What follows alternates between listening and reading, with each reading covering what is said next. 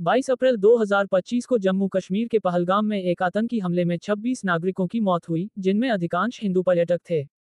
इस हमले की जिम्मेदारी पाकिस्तान आधारित आतंकी समूह द रेजिस्टेंस फ्रंट ने ली, जो लश्कर-ए-तैयबा से जुड़ा है। भारत ने इस हमले के लिए पाकिस्तान को जिम्मेदार ठहराया, जबकि पाकिस्तान ने इन आरोपों से इनकार किया। सीज़फायर होने के मुख्य कारण ये हो सकते हैं: परमाणु युद्ध का खतरा। दोनों देशों के पास परमाणु हथियार हैं और बढ़ते तनाव से वैश्विक स्तर पर परमाणु युद्ध की आशंका बढ़ गई थी। अंतर्राष्ट्रीय दबाव। अमेरिका के राष्ट्रपति डोनाल्ड ट्रंप और उपराष्ट्रपति जेडी वेंस ने दोनों देशों पर दबाव डाला और मध्यस्थता की, जिससे 10 मई को सीज़फायर की घोषणा हुई। आर्थिक और मानवीय संकट, सीमा पर भारी नुकसान, नागरिकों की मौत और बुनियादी ढांचे की तबाही ने दोनों देशों को संघर्ष विराम की ओर मजबूर किया। राजनीतिक दबाव और छवि। भारत और पाकिस्तान दोनों ही आंतरिक राजनीतिक दबाव में थे और अंतर्राष्ट्रीय मंच पर अपनी छवि को लेकर चिंतित थे। तो दोस्तों, आइए यह वीडियो देखते हैं। भारत पाकिस्तान में सीज फायर के ऐलान के बाद दोनों देशों में हालात सामान्य हो गए हैं। बीती रात जम्मू कश्मीर और अंतर्राष्ट्रीय सीमा से लगे अन्य इलाकों में भी शांति बनी रही। सीज फायर के ऐलान से पहले अमेरिका ने दावा किया कि ये सब उसने करवाया, लेकिन इसके पीछे की कहानी कुछ और ही है। दरअसल पाकिस्तान के हमलों के बाद जब भारतीय सेना ने जवाबी हमले किए तो उसकी जद में पाक के परमाणु जखीरे आने वाले थे, जिससे घबराया पाकिस्तान सीज फायर के लिए हाथ जोड़ने लगा। बीते दिन सेना की प्रेस कॉन्फ्रेंस में ये बात साफ हुई। सेना ने जैसे ही पाकिस्तानी सेना के हेडक्वार्टर से सटे नूर खान एयरबेस के पास हमले किए, पाकिस्तान की मानो हालत खराब हो गई।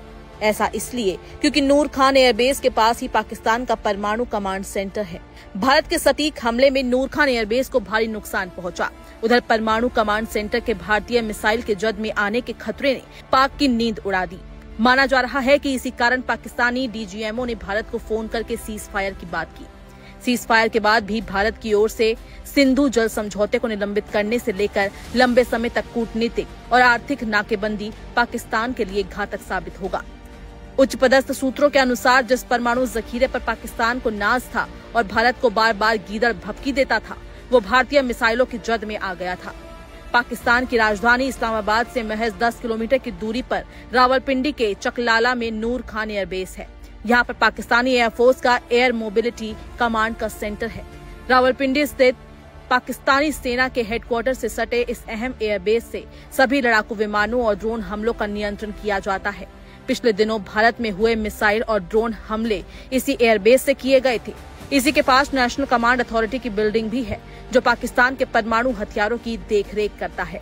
इसे पाकिस्तान का परमाणु कमांड सेंटर भी कहा जाता है। 10 मई की सुबह भारत ने नूर खान एयरबेस पर सटीक हमला किया। माना जा रहा है कि इस हमले में ब्रह्मोस मिसाइल का इस्तेमाल किया गया था।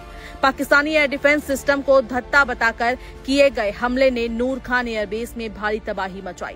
इसी हमले ने पाकिस्तान सेना अध्यक्ष जनरल मुनीर से लेकर सेना के शीर्ष अधिकारियों और राजनीतिक आकाओं में सिरहन पैदा कर दी।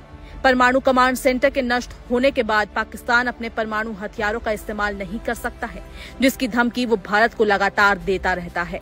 और 22 अप्रैल को पहलगाम हमले के बाद से ही परमाणु युद्ध की धमकी दिखाकर दुनिया से भारत को रोकने की अपील करता रहा है। लेकिन पहली बार पाकिस्तान को एहसास हुआ कि भारत उसके परमाणु हथियारों को नाकाम करने में भी सक्षम है।